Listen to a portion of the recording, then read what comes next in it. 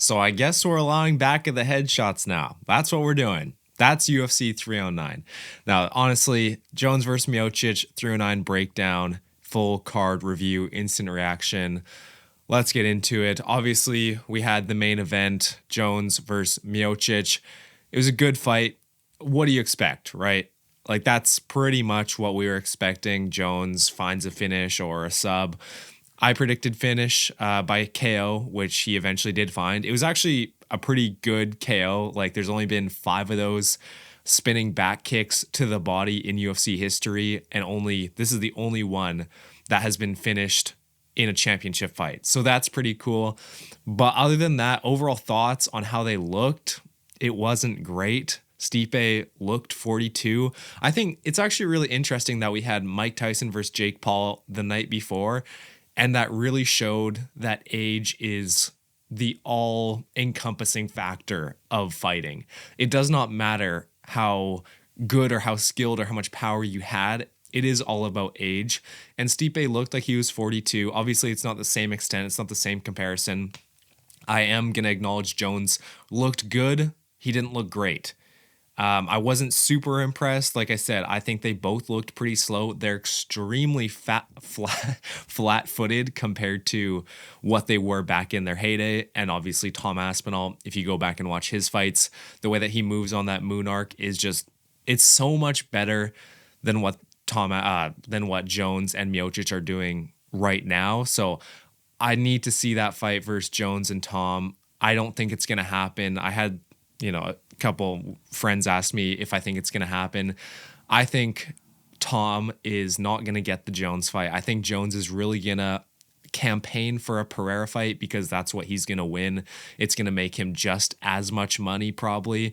And he has a pretty easy way to win that fight. He just takes it to the ground. We saw how much he dominated Stipe on the ground. And I was a little bit surprised that he didn't go back to that, but he still outclassed him on the feet as well, which wasn't that surprising. The front kicks up the body did massive work for Jones. That was probably the main thing that was doing damage. Stipe actually took a round off of Jones, which was pretty surprising. And it wasn't even one of the bad judges. It was Derek Cleary, I think. So it wasn't Sal D'Amato. It was actually a respectable judge, and Stipe did win the second round in his eyes. So that's pretty crazy if you think about a 42-year-old Stipe taking a round from the GOAT. And it was a later finish than I expected. I expected first round. I think I officially predicted second round, but late third round. This is the GOAT. This is what we're calling the GOAT. All right. Next up, we had Charles versus Chandler. This was a banger fight. Obviously, it was fight of the night. It went way longer than I expected as well. I think I predicted second round submission by Charles, and it ended up going to decision, which is kind of insane. Obviously, that fifth round is the round that everyone's talking about because Chandler caught Charles with 2 big shots, had him up against the cage, and then completely whiffed. I mean, what more of a Michael Chandler moment do you want than having a guy hurt and then he just completely whiffs, slips, and then gets his back taken? That's iconic. That's classic Michael Chandler back in action. You know he's back if he does something like that. He looked not better than he did in their first fight because in their first fight, he almost finished Charles in the first round, but he looked more composed, which I was expecting a little bit.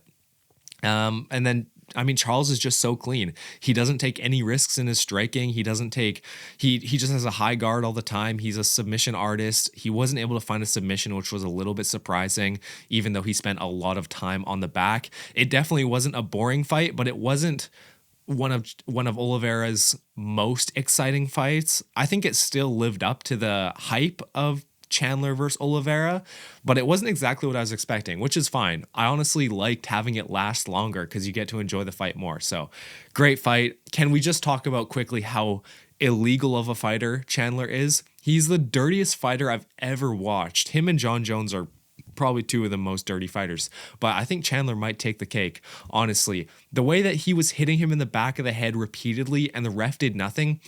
Can you imagine if Charles gets actual brain damage from this? That's insane. This needs to be stopped The ref was right there watching him get repeatedly hit in the back of the head. No ears. If it's on the ear, it's allowed. If it's on the back of the head, that's not allowed. And I watched the fight back and it was repeatedly on the back of the head. That's illegal. Also, eye pokes. There's a few eye pokes that didn't get called. You could see Oliveira was kind of rubbing his eyes in the fight. That's what that was. And then there was also fence grabs out the wazoo. All right. I never thought I'd say that. Fence grabs out the wazoo on this card from Chandler. It was really disappointing. Also, when Oliveira went for that big slam takedown, I think it was in the first or the second round. It was early in the fight. Chandler, got his arm. He tried to get his arm over top of the cage and hold on. It's just disgusting. Bo Nickal. Send him back to the prelims, buddy. Get off the main card. No one wants to see you on here. He got a little bit exposed last night, and that's the wrong word. He didn't get exposed. He did 30-27 Paul Craig, but it was closer than that. The scorecards don't really tell the whole story. First and second round were very close. Third round, I think it was clear Bo Nickal win. He didn't shoot a single takedown for a wrestler. That's surprising. I don't know if it's the submission threat from Paul Craig or if he wants to be more of a fan fighter and he thinks, oh, people don't like when I wrestle.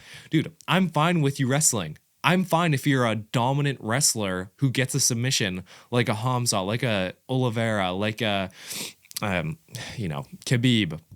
I'm not fine if you just, if you're a Merab or Bilal. That's not my favorite. But he didn't shoot a takedown at all against Paul Craig, which I assumed he would have been able to dominate on the ground.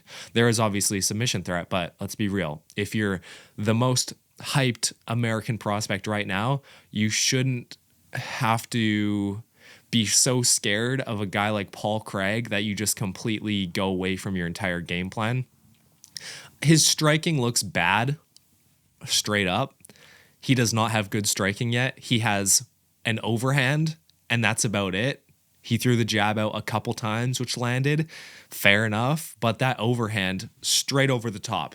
He would counter with an overhand straight over the top, and it landed, but it didn't rock Paul Craig once. And Paul Craig doesn't have a great chin anymore. So I wasn't that impressed. Kyle Borrello was able to finish Paul Craig in the second round, only on the feet. I think if we're expecting Bo Nickal to be the next big thing, I was hoping for a finish.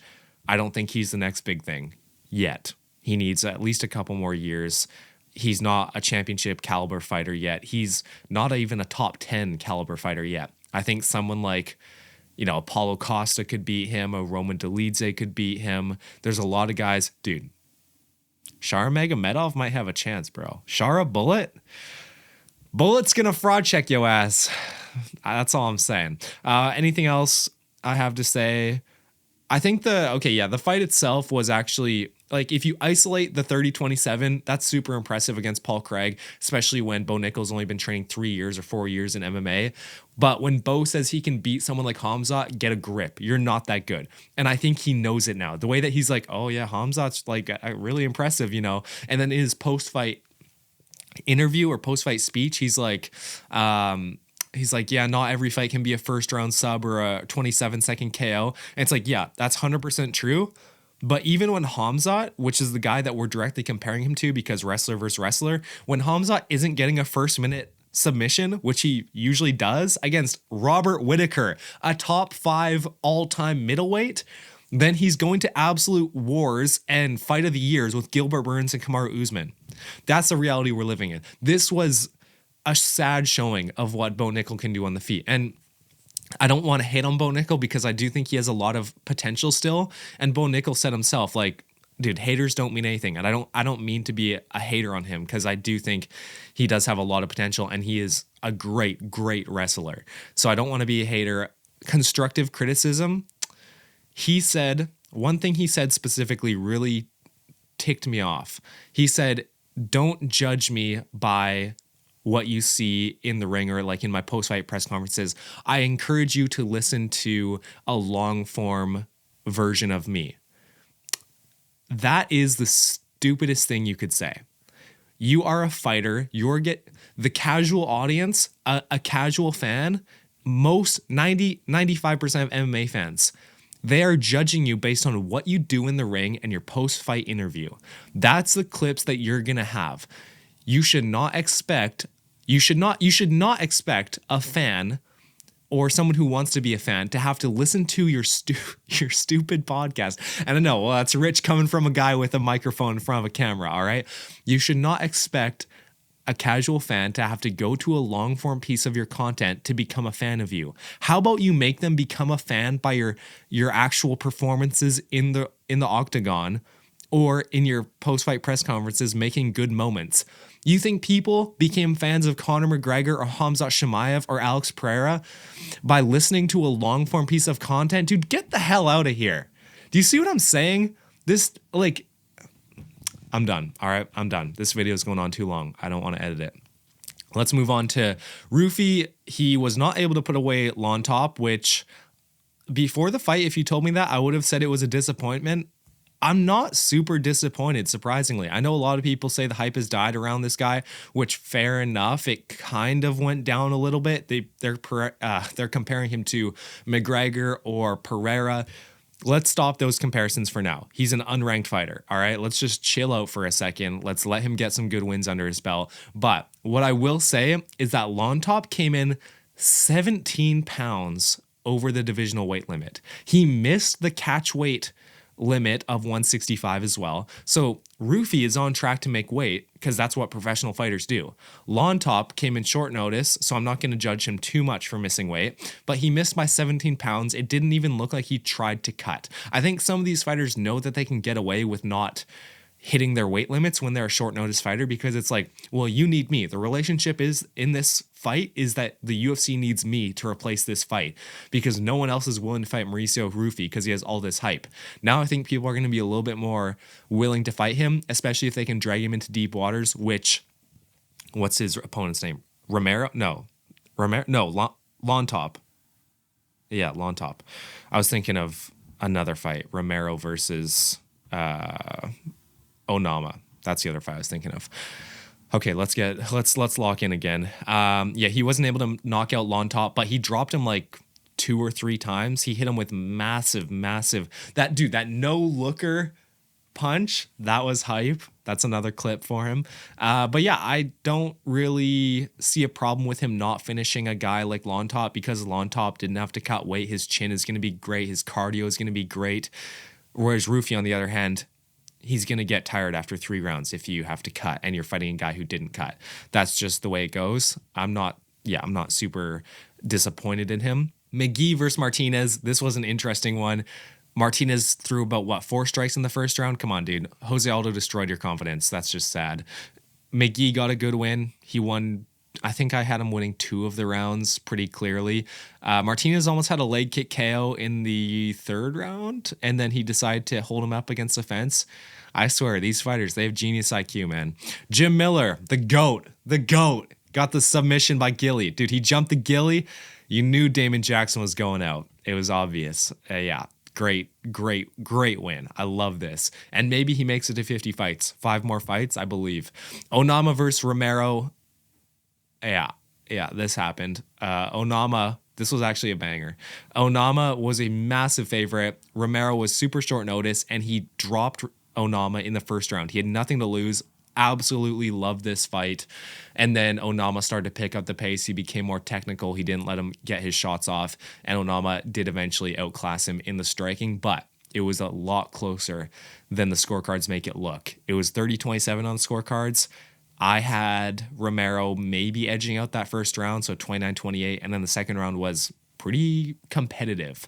So great fight overall.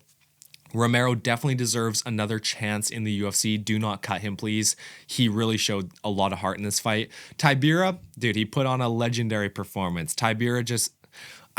Janata Deniz, he has no ground game. He got laid on in his fight before this. I forget who it was against, but then he eventually found the KO. That's what it's going to take. When you have no ground game, you need to find the KO, but against a guy like Marcin Tybura who has the experience, that's not possible. This was one of the best fights of the night as well. The way that Tybura just cut him up with the elbows, beautiful. And then the doctor stoppage, I think they count it as a TKO victory. However, Brahimaj just cost Mickey Gall his job. Mickey Gall, pack it up, buddy. You're going into retirement. Yeah, that was a brutal KO. The beginning of this card, the prelims were unreal, dude. The prelims were so good. And then we had the main card, which kind of, yeah. You know how it went. Oban Elliott, banger fight. Dude, put Oban Elliott on the freaking main card next time. This was absolutely amazing. He got a great KO over Basil Hafez, that's who it is. And yeah, I'm super impressed. He might be the next big thing at welterweight. Honestly, welterweight is a stacked division right now, but I really see him having a lot of success. Basil Hafez went split decision with JDM. That's all I'm going to say. And this guy, Oban Elliott, outclassed Basil Hafez and knocked him out. So I think that's about it for the UFC 309 review. I think the judging was really good in this fight. I think the reffing, other than the Charles and Chandler fight, was really good in this whole card. And the new glove, or the old gloves that are now new, keep them, bro. Keep them. They looked good. I think it was a pointless change. It didn't help. If you guys enjoyed this review / breakdown, make sure you subscribe because we post every single day on Dodson's Corner, and we are right there, close to 2,000 subs. So I'd really appreciate if you subscribed, and I'll see you guys in the next one. Peace.